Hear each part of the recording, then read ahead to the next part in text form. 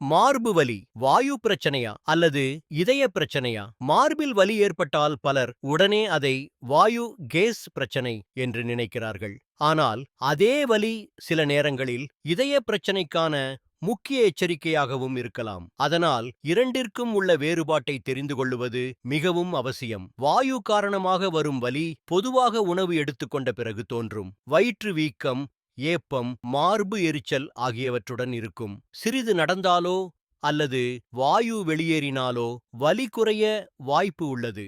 ஆனால் இதய பிரச்சனையில் வலி மார்பின் நடுப்பகுதியில் கனமாகவும் அழுத்துவது போலவும் இருக்கும். அந்த வலி இடது கை, தோள் அல்லது தாடை வரை பரவலாம்.